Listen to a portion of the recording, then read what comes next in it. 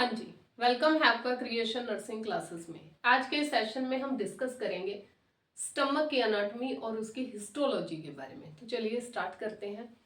तो स्टमक क्या है? स्टमक स्टमक हमारे जो जीआई ट्रैक है, गैस्ट्रोइंटेस्टाइनल सिस्टम है या डाइजेस्टिव सिस्टम जिसे कह सकते हैं, उसका एक ऑर्गन है। तो कैसा होता है ये? तो जो स्टमक है ये जे शेप में होता है। अगर पर्सन थिन है, लॉन्ग है, लंबा है, तो उसमें ये क्या है, प्रॉपरली इस तरह से जे शेप में होगा। लेकिन अगर थोड़ा पर्सन फैटी टाइप है, ठीक है, ब्रॉड फैटी टाइप है, तो उसमें थोड़ा सा ये क्या है, इस तरह से हॉरिजॉन्टली हो जाता है। तो मेनली क्या है कि जो इसकी स्ट्रक्चर है वो जे शेप्ड रहती है। मेन इसमें 4 रीजन होते हैं। फर्स्ट होता है इसमें कार्डिया, सेकंड होता है फंडस, थर्ड होता है बॉडी एंड लास्ट होता है इसमें फोर्थ पाइलोरस। तो 4 इसके मेन रीजन पाए जाते हैं। तो इसमें जो क्या है, ये जो स्टमक है ऊपर से तो कनेक्ट रहता है ये इसोफेगस से ऊपर, यानी कि जो इसका कार्डियक वाला पोर्शन है, कार्डिया पोर्शन है, वो कनेक्ट रहेगा इसोफेगस से। और यहाँ जो पाइलोरस वाला जो इसका पोर्शन है ये यहाँ कनेक्ट रहता है ड्यूोडेनम के साथ।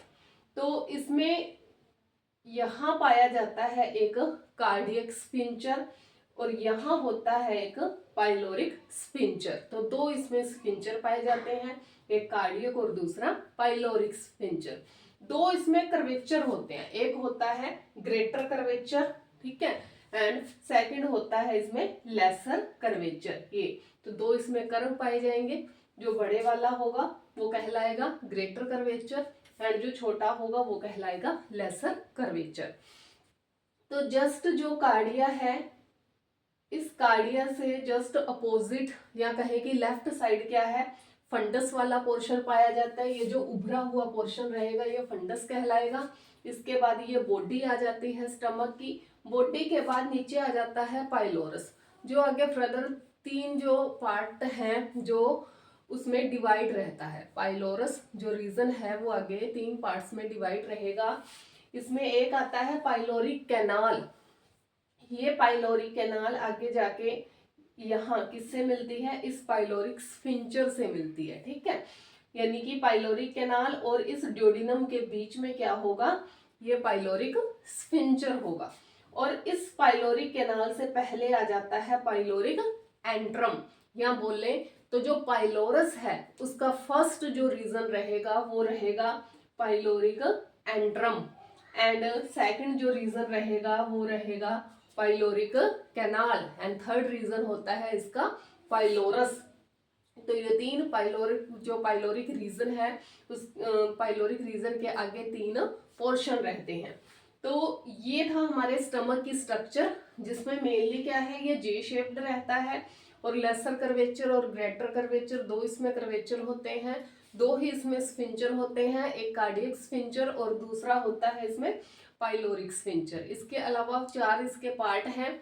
फर्स्ट आएगा कार्डिया, सेकंड आएगा फंडस, थर्ड आएगा बॉडी एंड लास्ट आएगा अपना पाइलोरस।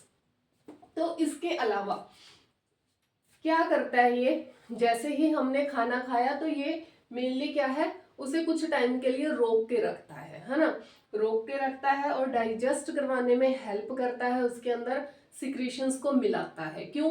ताकि आगे स्टमक जब वो इंटेस्टाइन के अंदर जाए तो इजीली से क्या है उसका एब्जॉर्प्शन हो सके। तो ये क्या है, होल्ड भी करके रखता है।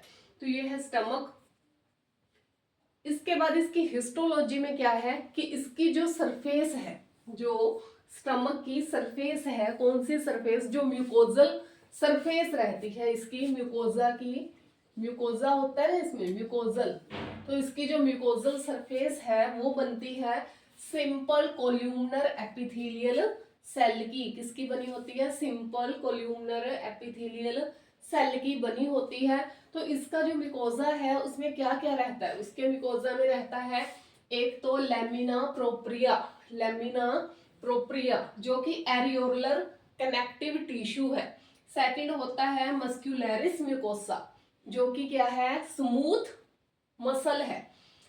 तो इसमें आगे तो दो हो गए ना, इसका जो म्यूकोजा था उसमें क्या है, दो चीजें कंटेन हो गई, दो चीजें ये कंटेन करके रखता है। एक तो हो गया lamina propra propria sorry, and second है मस्कुलरिस मसल या म्यूकोसा, जो कि स्मूथ मसल की बनी होती है ना।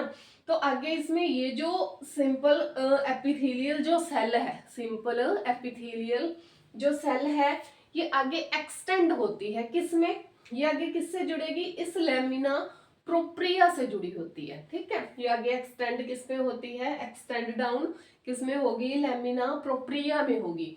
तो ये जो लेमिना प्रोप्रिया है ये क्या करता है, आगे कॉलम बना देता है, अलग अलग इसने क्या कर दिए, कॉलम बनाए। क्यों बनाए भाई, गैस्ट्रिक सिक्रीशन के लिए। गैस्ट्रिक जो सिक्रीटरी सेल्स हैं उनके क्या करेगा, ये अलग अलग सेल्स के कॉलम बना देगा। अब वो सेल्स जो कॉलम बन गए अलग अलग, उनमें क्या रहेंगी, गैस्ट्रिक ग्लैंड होती है। ये जो गैस्ट्रिक ग्लैंड है ये कहाँ ओपन होएंगी, ये आगे जाके छोटी छोटी कैनाल्स के अंदर ओपन हो जाती हैं, जिन्हें क्या बोलते हैं, गैस्ट्रिक पिट्स कहा जाता है।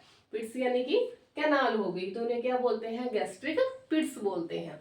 तो मेनली इसमें क्या हुआ, सिंपल कोल्यूमिनर सेल्स थी, इसका जो म्यूकोसा था कैसा था, सिंपल कोल्यूमिनर सेल्स का था।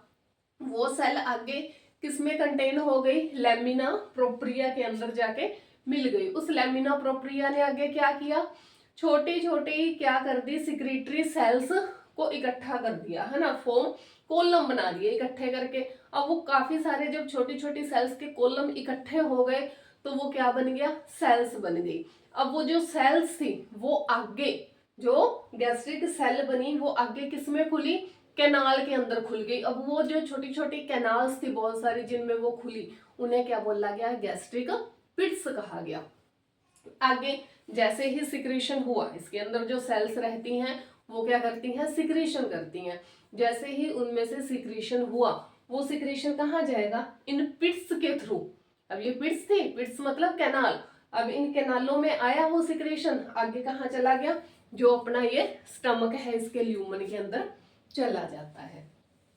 इसके बाद आता है गैस्ट्रिक जो ग्लैंड है, सॉरी गैस्ट्रिक जो ग्लैंड है, ये क्या करती है, देखो ये चार टाइप की जो सेल्स हैं वो बनाती है। आगे चार टाइप की सेल्स, पहली तो होती है इसमें म्यूकोजल नेक सेल, ये म्यूकोजल नेक सेल, और एक भाई ये जो म्यूकोजा है, म्यूकोजल सेल खुद है ना, म्यूकोजल सेल और म्यूकस नेक सेल, ये दोनों मिलके क्या सिक्रीट करती हैं, म्यूकस का सिक्रेशन करती हैं। ठीक है, म्यूकोजल सेल और म्यूकस नेक सेल दोनों ही क्या करती हैं, म्यूकस का सिक्रेशन करती हैं।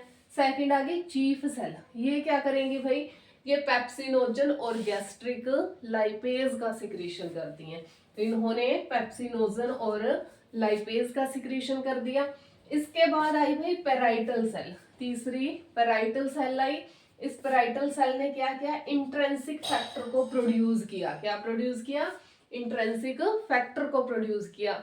अब ये इंट्रेंसिक फैक्टर क्यों जरूरी होता है, हम जब क्या करते हैं विटामिन B12 खाया तो उस विटामिन B12 के एब्जॉर्प्शन के लिए क्या है भाई, ये इंट्रेंसिक फैक्टर बहुत जरूरी है। इसके बाद आई जी सेल या ग्लोबुलर सेल जिसे बोल देते हैं। तो ये जी सेल क्या है, मेनली ये भाई इस पोर्शन में पाई जाती है, इसमें यहाँ, यानी कि पाइलोरिक एंट्रम वाले पोर्शन में यही ये क्या होती है, जी सेल होती है। ये क्या करेगी, हार्मोन का सिक्रेशन करेगी। कौन सा, गैस्ट्रिन हार्मोन का ये सिक्रेशन करती है, जो किसमें जाता है, ब्लड स्ट्रीम के अंदर जाता है। तो ये था हमारा भाई छोटा सा टॉपिक, स्टमक की हिस्टोलॉजी और उसकी अनाटमी। उम्मीद है आपको हमारा आज का ये कंटेंट बहुत ही अच्छा लगा होगा और आपके लिए बहुत ही ज़्यादा यूजफुल रहा होगा। Thank you so much.